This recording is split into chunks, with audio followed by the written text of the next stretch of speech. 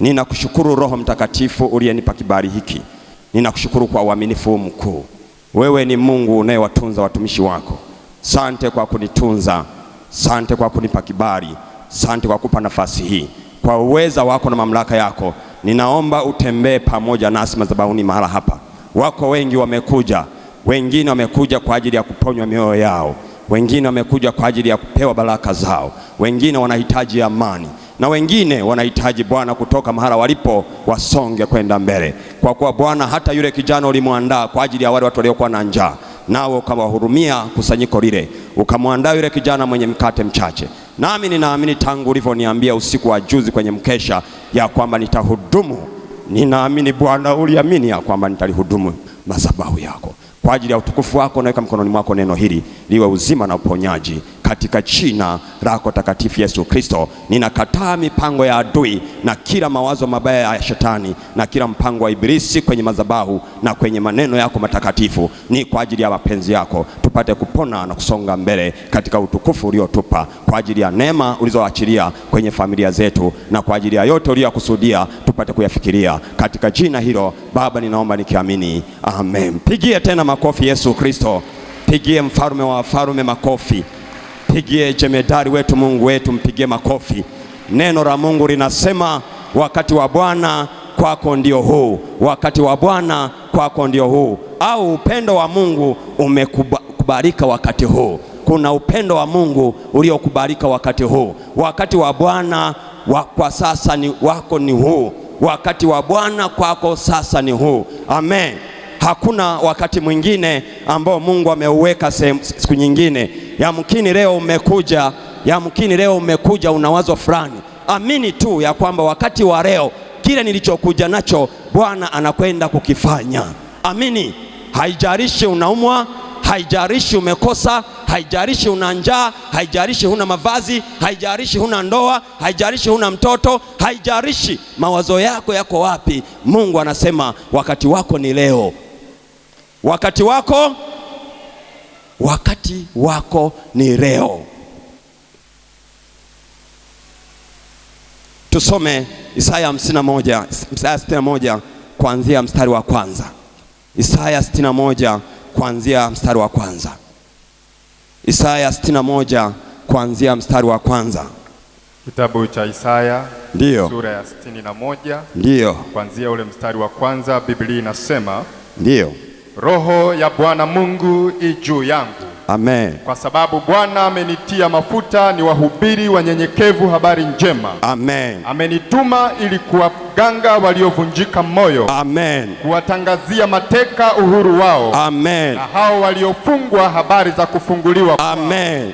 Kutangaza mwaka wa Bwana uliokubaliwa. Amen. Na siku ya kisasi cha Mungu wetu. Amen. Wafariji wote waliao. Amen. Waagizia hao waliao katika Sayuni wapewe ya maua badala ya majivu. Amen. Mafuta ya furaha badala ya maombolezo. Amen. Vazi la sifa badala ya roho nzito. Amen. Kuitwa miti ya haki. Haleluya. Na Bwana. Haleluya. Atukuzwe. Haleluya. Watajenga mahali haleluya palipoharibiwa. Haleluya. Watainua mahali palipokuwa. Haleluya. Watatengeneza miji iliyoharibiwa, mahali palipokuwa kizazi baada ya kizazi. Haleluya. Haleluya. Haleluya. Haleluya. Pigie makofi Bwana. Pigie makofi Bwana. Pigie makofi Jehova Ire. Pigie makofi Yesu Kristo. Mshangilie Bwana aliyekuja kwa ajili yako. Mshangilie kwa wakati huu. Mshangilie Bwana aliyekukumbuka. Mshangilie mfalme aliyekukumbuka. Wakati wa sasa na wakati muda huu ndio wakati Bwana anakwenda kutenda pamoja na wewe. Uwe na imani, uwe na uhakika, uwe na uhakika, uwe na uhakika, uwe na uhakika, uwe na uhakika. Roho ya Bwana i juu yangu kwa sababu Bwana amenitia mafuta. Bwana amenitia mafuta ni wahubiri wanyenyekevu habari njema. Amenituma ili kuwaganga waliovunjika moyo. Sijui umevunjika moyo eneo lipi. Mimi sijui umevunjika moyo eneo lipi, lakini litazame neno la Bwana, litazame neno la Bwana. Ni wakati uliokubalika, ni wakati uliokubalika, ni wakati ulioandikwa kwa Bwana. Ninajua yupo, ninajua yupo mahala hapa, ninajua yupo aliyevunjika moyo, ninatambua yupo. Ninajua yupo aliyevunjika moyo, yupo aliyekata tamaa, yupo anayehitaji faraja, yupo. Ninajua upo, liko shaka, ninajua upo. Ndio maana Bwana akaweka majira na nyakati, majira na nyakati. Nyakati za kuponywa zinakuwepo na nyakati ambazo za kuponywa zinakuwepo. Nyakati za kujifungua zinakuwepo na nyakati za kufunguliwa zinakuwepo. Kwa hiyo Bwana ameweka muda na nyakati. Wakati utakapofika, wakati utakapoijiria, muda utakapofika kwa ajili ya kuja kupokea maombi, mkubali Bwana. Njia za Bwana hazichunguziki na wala Bwana hachunguziki. Haleluya, haleluya, haleluya, haleluya. 3, kuwatangazia hao. 2, kutangaza mwaka wa Bwana uliokubaliwa na siku ya kisasi cha Mungu wetu, kuwafariji wote waliao, kuwaagizia hao waliao katika Sayuni, wapewe taji ya maua badala ya majivu, mafuta ya furaha badala ya maombolezo, vazi la sifa badala ya roho nzito, wapate kuitwa miti ya haki iliyopandwa na Bwana ili atukuzwe. Nao watajenga mahali, nao watajenga mahali palipokiwa, nao patajenga mahali pakale palipoharibiwa. Wataipainua mahali palipokuwa ukiwa zamani, watatengeneza miji iliyoharibiwa, mahali palipoachwa kizazi baada ya kizazi. Na wageni watasimama na kulisha makundi yenu, na watu wa kabila nyingine watakuwa wakulima wenu na watunzaji wa zabibu yenu. Bwana asifiwe sana. Wakati umeokoka, ndugu zako wanakucheka, Bwana anasema kwamba watakuwa walishaji wa watoto wenu. Tazame neno la Bwana. Mungu anaongea na Ibrahimu. Ibrahimu, itazame mashariki, itazame kaskazini, itazame kusini, wahesabu watoto wako. Hata kama Ibrahimu hakuwaona, lakini wakina Yusufu wamewaona, wakina Yakobo wamewaona, wakina Daudi wamewaona. Nitajipatia jina kwenye nyumba yako, nitaitwa kwa jina lako. Bwana asifiwe sana. Kwa hiyo wakati ambapo wewe unachoka, Mungu anakuijiria kwa namna nyingine. Yaani wakati unasema haiwezekani, Mungu anatuma mtumishi wake inayowezekana. Wakati unasema sitamani kabisa, sioni hamu ya ibada, Mungu anakutumia mtu wa kufariji nyumbani kwako. Bwana atusaidie. Mungu ana watu, ametengeneza watu wa kuwafariji watu waliokata tamaa. Akaona taifa lake limekata tamaa, ametumia njia nyingi za kuisha likomboa likashindikana, akamtuma Yesu Kristo aje watie moyo. Na wewe leo Mungu akutie nguvu, uhakiki ya kwamba leo Mungu anasema na mimi. Imani yako ikiinuka ikawa kubwa, utapokea aliyoyaandaa Yesu. Ikiwa ndogo, hutayapokea, utayasikia.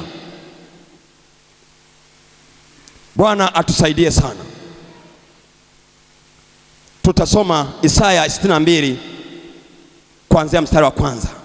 Lakini Mungu anasema Mungu hatonyamaza kwa ajili yako, wala hatokaa kimya hata haki yako itakapotimia, kwa kuwa Mungu amesema uwe na imani isiyokurudisha nyuma.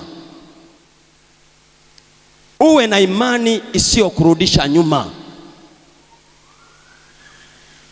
Mama yule akaenda kufarijiwa, wimbo wa Ambwene, mama aliyefiwa na watoto 7 kwenye ajali, akaanza kusema, Mungu uliona ni kwangu peke yangu tu, hata kwa majirani hukuona kuna sababu ya kuua hata mmoja, mbona nyumbani kwangu tu?